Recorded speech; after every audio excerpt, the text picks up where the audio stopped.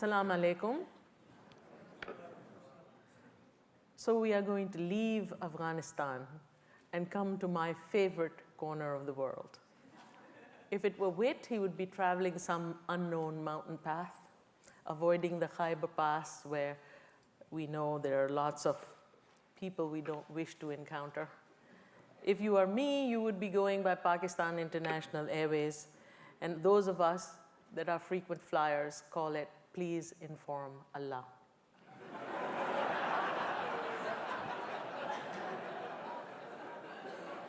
But now that we are safely in Pakistan, at least in our minds, we have heard from my good friend Ahmed that Pakistan is in a state of crisis.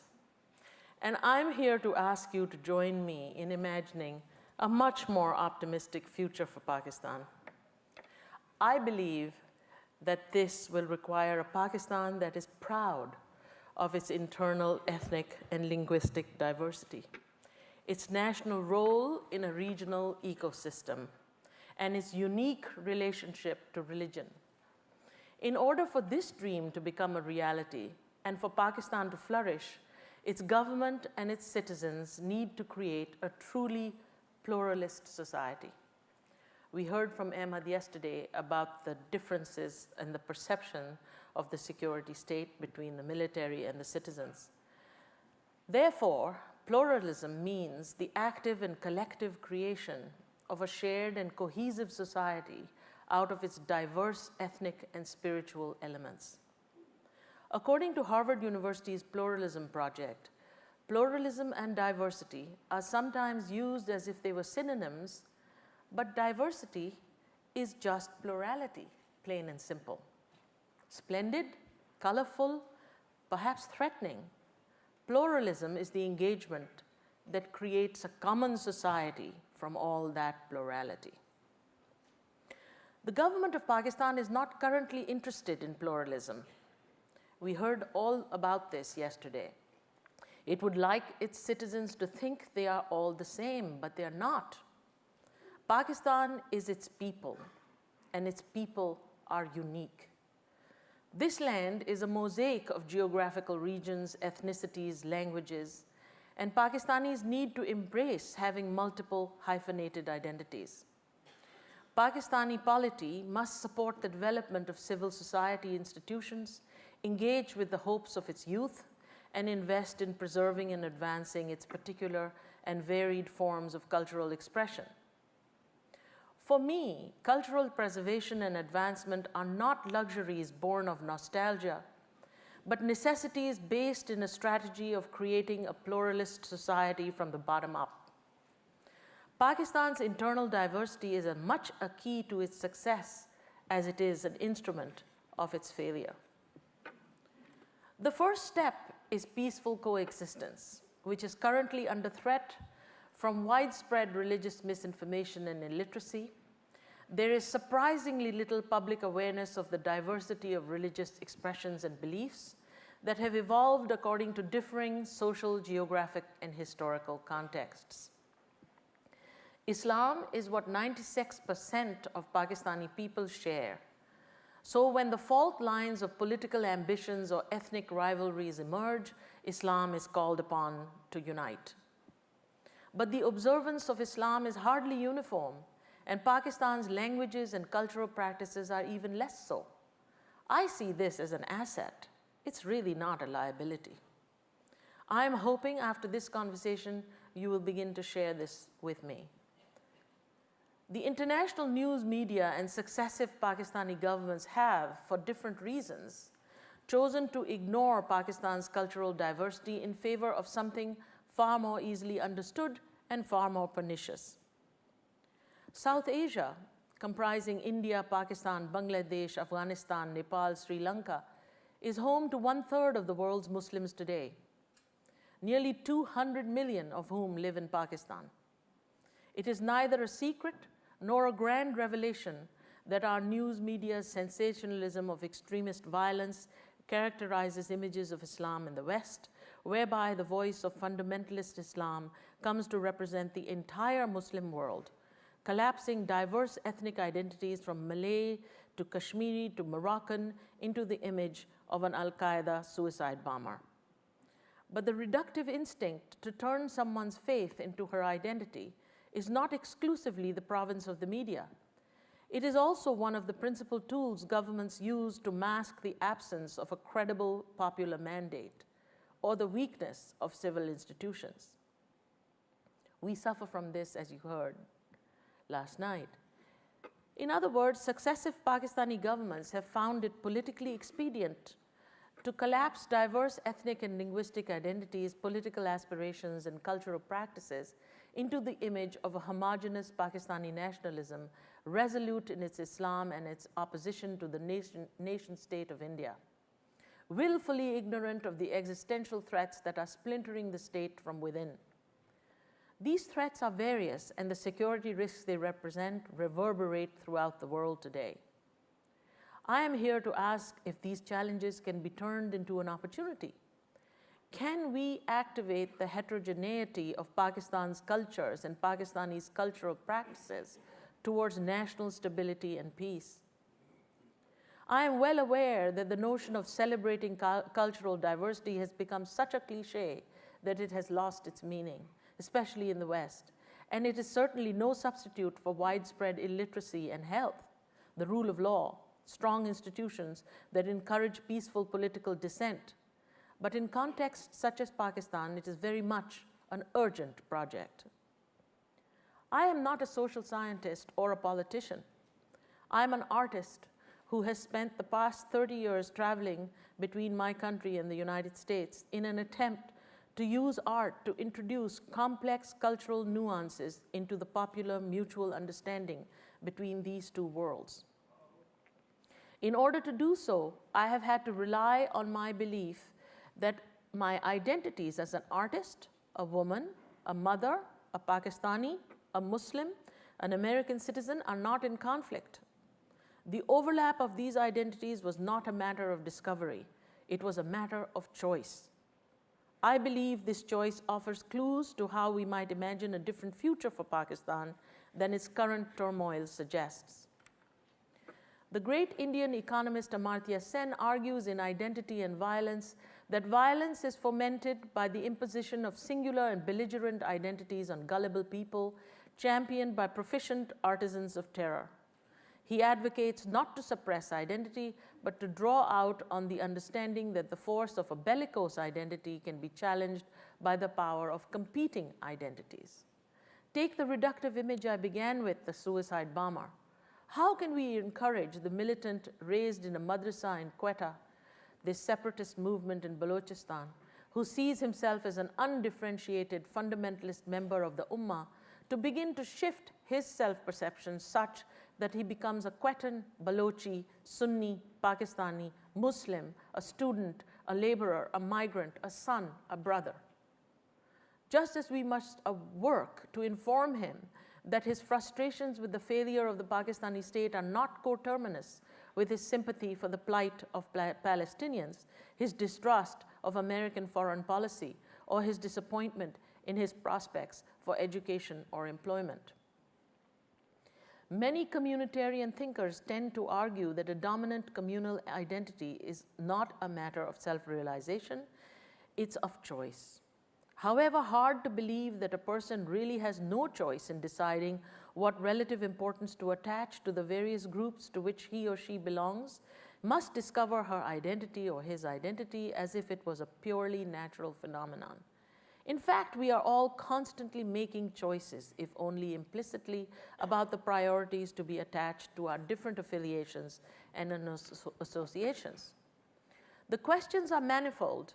It is not what priority should be attached to a Pakistani Muslim's affiliation and association with co-religionists in Karachi or Cairo or Jakarta or Jersey City. It is what priority should be attached to what kind of Islam, a literalist interpretation of scripture that aspires to a cultural status modeled on 7th century Arabia, or an evolving tradition like all great religions that includes the contributions of Andalusian mathematics, Persian schools of jurisprudence, African Islam's challenge to feudalism, South Asian Islam's mystical devotional practices. In each part of the world where Islam has spread and taken root, the religion has adapted to its context in geographical, cultural, and theological terms. I don't think the importance of Islam to millions of Pakistanis is something that can or should be diminished. To attempt to do so would be futile. It would be resisted. But I think that internal plurality of Islamic practice within Pakistan can be made visible. And art and cultural self-knowledge are, in this context, very powerful tools. This is what I mean about cultural diplomacy, something we badly need at this juncture with all the crises that we have heard about. For Pakistanis to know themselves and to understand and to reverse the forces that seek to splinter the society apart, we must remember a time not that long ago when the country was young and on a path to being a standard bearer of representative democracy for Muslim majority nations. I want to tell you a personal picture of the religious tolerance that was the hallmark of my upbringing. While my experience may not have been commonplace, it informs the vision of a pluralist society, and that's what I'm outlining. Faith has been a constantly evolving phenomenon for me. I was raised always to be open to new inputs. In the late 60s, Karachi was a vibrant city of optimism and multicultural energy. There was great appreciation of religious and ethnic differences, all of which seemed perfectly natural. Our neighbors were Zoroastrians, invited us to join them in their celebrations of Nowruz, the New Year. Our Christian friends opened their homes to us for lively parties at Christmas and Easter. We kept in touch with the Hindu and Jewish families who still lived in Karachi in those days. My school, the St. Joseph's Convent, was established by a Catholic order in 1862, and it was run by nuns who taught all the required subjects. The boys went to the St. Patrick's School, which was run by Catholic priests. Every weekday, we would go in the family car to school dressed in our starched uniforms. We wore large pleated frocks with sky blue collars, cuffs, and a patch pocket embroidered with SJC. Conceived as replicas of what the nuns remembered from their far-off childhoods in Europe, the uniforms were ill-suited to life in Karachi. My parents were very concerned about my modesty, so they made me wear white pantaloons, the shalwar, underneath the required pleated skirt. The ensemble was odd, bulky, and unable to withstand the blazing heat, which would reduce our jumpers to limp, wrinkled sacks by mid-morning. This should tell you why my fashion sense remains acute.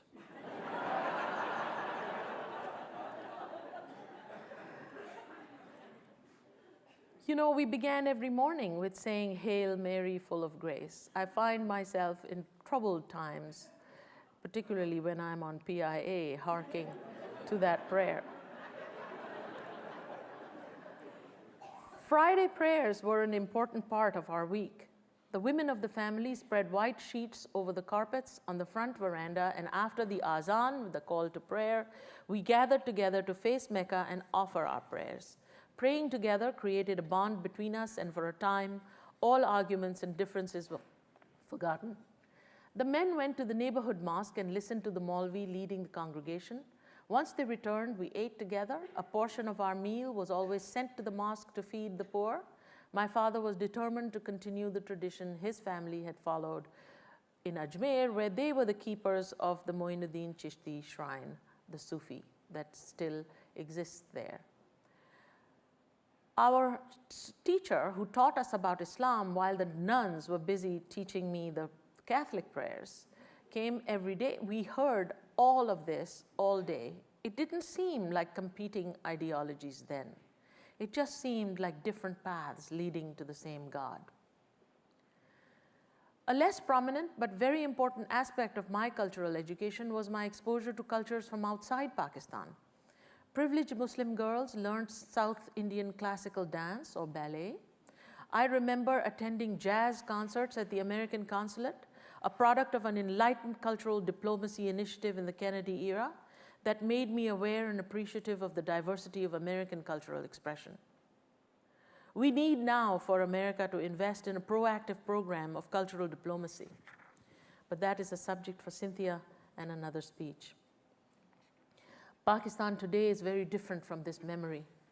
In the last 3 decades, there have been drastic social and cultural transformations in my own family that has shifted from the gentle traditions of the Sufis to embrace a more unyielding version of Islam. These changes have been gradual, have evolved along with the rise of poverty, lack of justice, a lower and middle class that is being trained to believe that religion is the answer to all their ills. Many forces have been tearing Pakistan away from the subcontinent and driving it towards the Arabian Peninsula.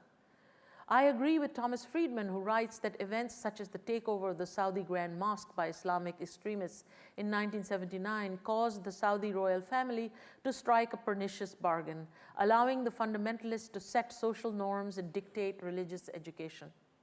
Along with this, they were given vast resources to export their puritanical brand of Islam throughout the Muslim world. This is when the shift towards a stern Islamist direction began in Pakistan. Now, people I talk about at all levels of society believe that Pakistan must exchange its South Asian identity for an Arab Muslim one. Sometime during his rule over Pakistan during the 1980s, President General Zia-ul-Haq was reputedly asked to address a conference dedicated to the topic of South Asian Islam. He arrived 3 hours late, as usual. And he stepped up to the microphone and announced, "There is no such thing as South Asian Islam. There is only one true Islam based on the Quran and the Prophet Muhammad." This declaration undoubtedly put a damper on the conference. Based on a notion that religion has no history, no location, it is essentially related to unchanging scripture and founder figures. It is ironic that Pakistan today is under siege from extremist elements, since it was the Pakistani state that used Islam as an instrument of state policy.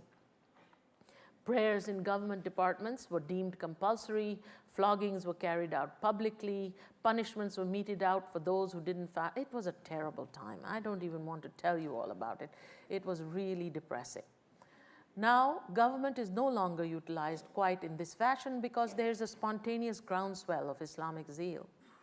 Another influence that we should remember is that Pakistani workers returning from Arab countries went there to work have brought with them Wahhabi and hardline Deobandi beliefs that define the more traditional practices as non-Muslim.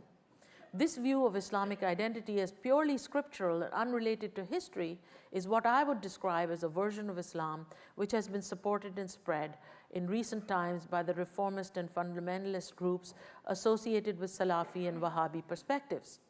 This model of religion has been widely accepted by ideologues from other religious traditions because of its extraordinary political effectiveness, and so non-Muslim opponents of Islam readily employ what is clearly a fundamentalist interpretation of Islam.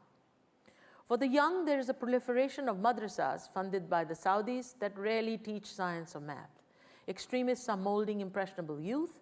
The narrative, this is where cultural diplomacy becomes so very key to an optimistic future. The narrative they sell is very compelling.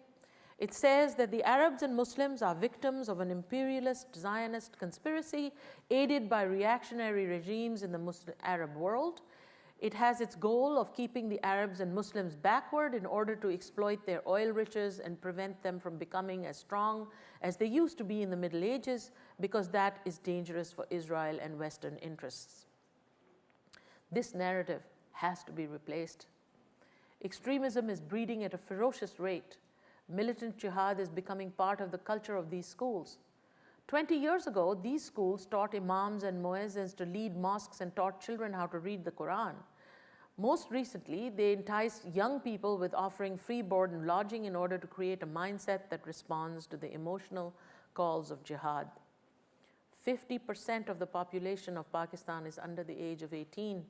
These places offer the willing candidates the teachers they need to fight the holy war.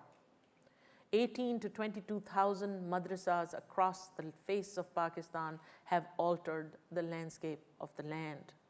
We must counter this, and now. For Pakistan's future to be a just, democratic, pluralistic society, the education system has to undergo reforms at all levels, starting with better teacher training. Greg Mortensen is a hero in Pakistan for promoting education in remote and rural areas. His example is inspiring many other efforts in Pakistan, I'm happy to say, to reach the young through schools that provide science and math and access to information about the world. There are new educational institutions like the Beacon House school system, which has several hundred campuses through the major cities. The curricula they offer is modeled on the British system, and it is this sort of open approach that will teach and instruct Pakistan's youth. This is an important counter to madrasa, so as Mortensen says, let us turn stones into schools.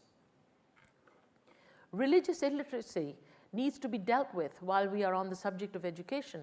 It is possible to diminish this ignorance by understanding the basic tenets of the world's religious traditions, by learning about the diversity of expressions and beliefs, and in relation to differing social and historical contexts. People need the ability to discern and explore the religious dimensions of political, social, and cultural expressions across time, across place. I wondered about the inaccurate representation of the traditions of Islam when I noticed the extent to which dissident views are discouraged as fractures in the universal community of Muslims, the extent to which distinctive local practices are frowned upon as deviations from a homogeneous norm. In such a challenging context, you might be wondering why I remain optimistic. Let me repeat, Pakistan is its people, and its people are starting to realize that creating forums for cultural expression is a vital way to build civil society. As Ahmed said yesterday, it is these institutions, albeit weak at this moment, that toppled President Musharraf and his repression of the society. At the same time that globalizing communications have opened the possibility of a monolithic Islamic discourse, previously unheard voices are being heard as new documentaries, popular music, and television are presenting other views. There is a proliferation of exciting new media in Pakistan, and there is a reevaluation of tradition by feminists, including Islamist women. New NGOs and the Women's Action Forum in Pakistan are speaking out about women's rights and contesting the hudud and oppressive laws like that, refusing to be dismissed as sectarian heretics. Resistance to the patriarchal pressures of the existing culture is growing. Pakistani women, when empowered, are a formidable force. Let me give you one more specific example from my own work in order to understand the rapid changes to Pakistani society. I began to investigate by traveling, listening, and learning. These travels culminated in a project called Sacred Spaces, a journey with the Sufis of the Indus. This project is one small, incomplete example of the kind of cultural preservation and advancement initiative I think are the key to countering the forces that seek to homogenize Pakistani culture in order to control it. It is a testament, contrary to President Zia's pronouncement, may he rest in peace, to the way Islam has adapted to where it is practiced. Sacred Spaces investigates a set of Muslim beliefs and practices in a specifically Pakistani context. Sufism, the mystical dimension of Islam, is an inextricable aspect of the Indo-Muslim cultures of South Asia.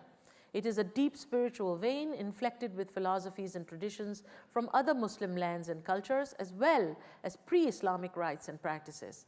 Sufi mysticism is one of the many nuances that complicate the all too common view that Islam is monolithic, unable or unwilling to recognize the internal plurality of devotion, interpretation amongst its faithful. My work is a personal and artistic act of resistance against these forces, both within Islam and outside of it, that seek to deny such nuances, to silence the voices of the mystics, and to distill the diversity of Islamic piety into something essential, unitary, uniform. I rely on memory, storytelling, and image making to distill an understanding from the many facets of Islam's mystical dimension, and Ahmed Rashid is going to protect me from the Taliban.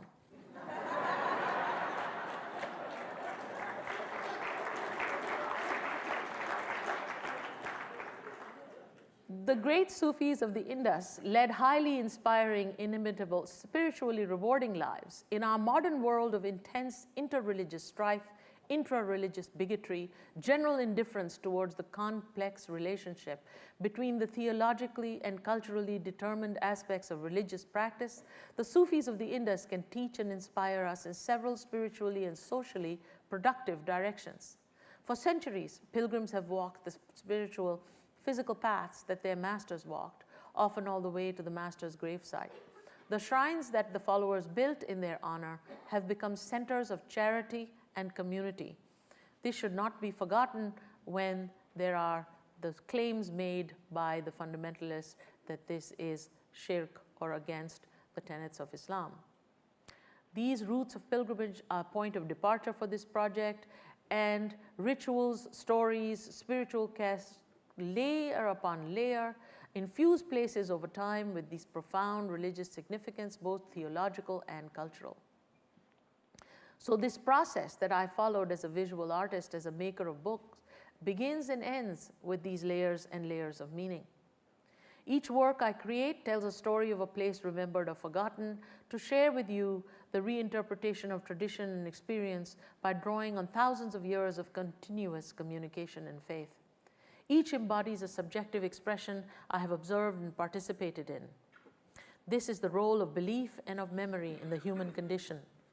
They translate and expand the cultural history of their message by using these images to subsume the oral traditions they depict. These images speak across the barriers of cultural mores, linguistic obstacles, obscure practices, and they are not mere representations of oral tradition. They are commingling faith, spiritual sanctity, but they are themselves what they hope to signify. They are part of the oral tradition, which is very important in Pakistan. I am part of that oral tradition.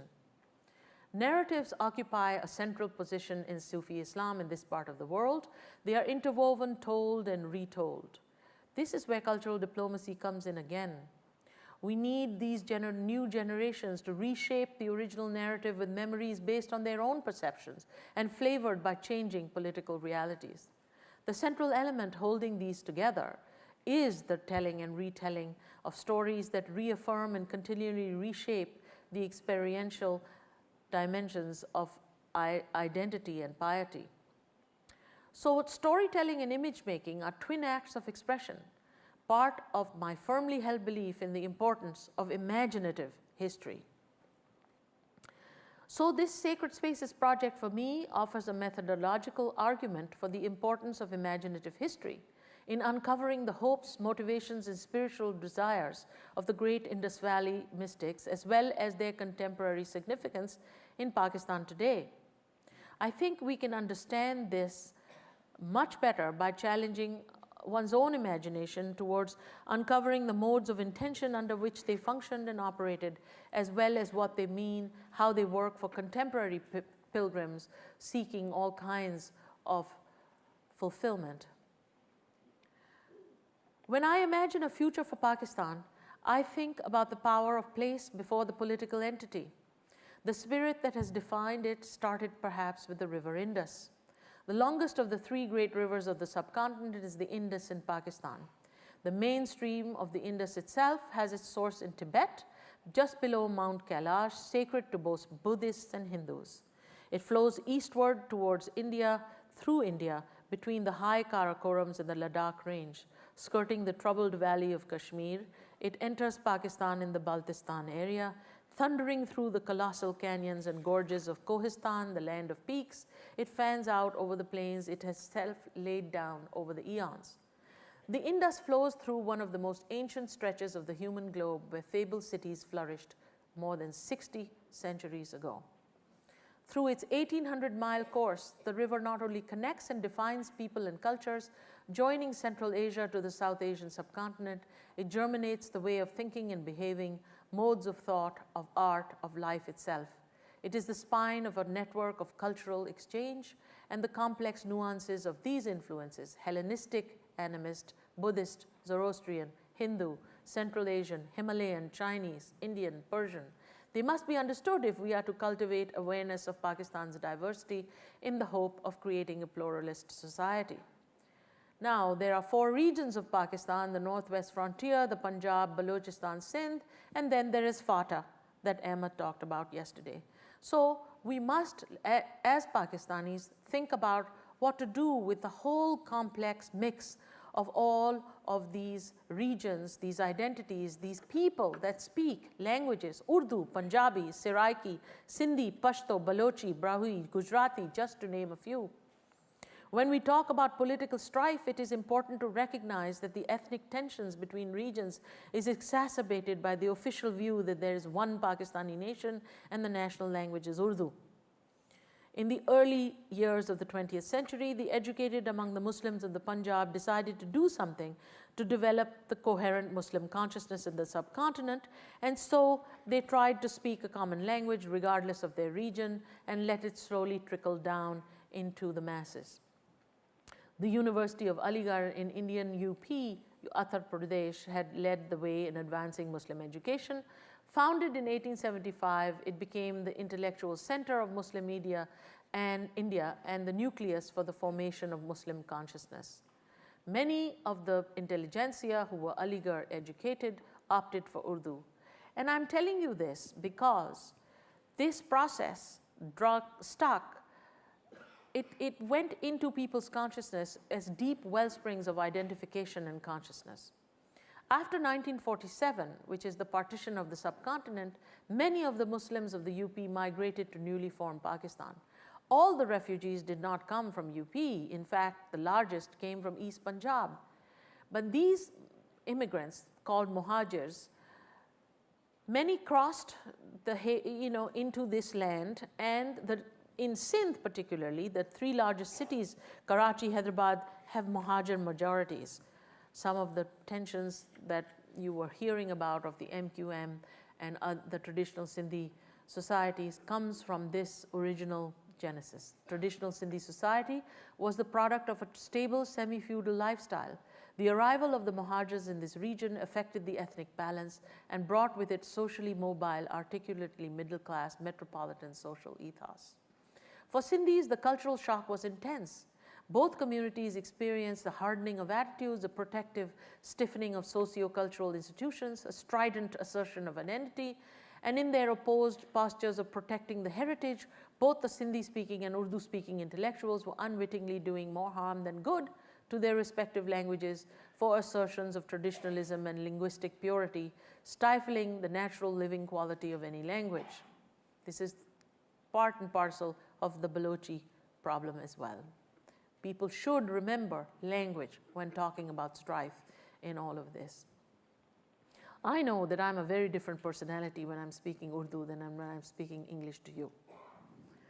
So I will go on because we are running out of time. To just conclude, I'm going to skip over the whole Aren't you lucky? I'm skipping over the whole thing.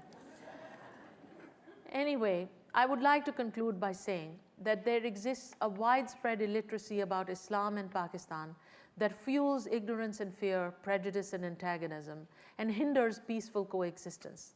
Learning about the basic tenets of Islam and understanding the diversity of expressions and beliefs within the traditions of Pakistan that emerge and evolve from different social and historical contexts can counter this trend.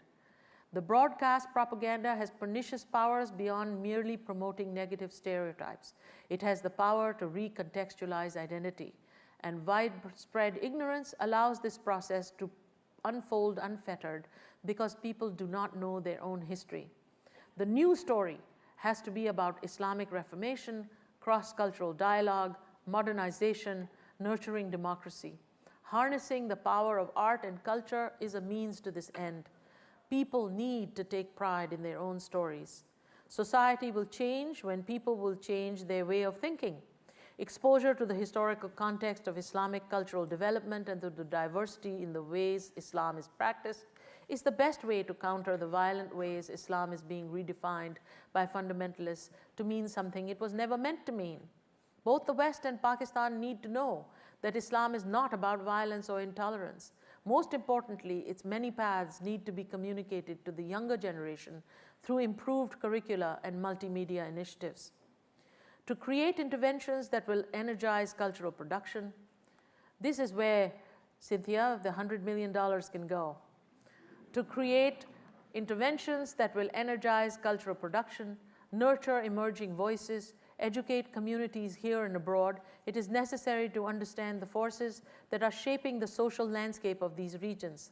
Art that is viewed through the lens of a particular culture must be approached with an understanding of that culture's context, the history of its art forms, and its social evolutions. In order to find bridges of understanding from people outside, these experiences must be places where we can observe cultural and social offerings that have continued despite current religious pressures from the outside. In conclusion, Pakistan is a land where multiple affiliations, familial, tribal, regional, political, ethnic, linguistic, and religious, currently compete, often violently. It is a country of multiple and overlapping migrations, from Abu Qasim to the Samarkandi and Bukharan Mughals, to the British, to partition, to current back and forth with the Gulf and the West.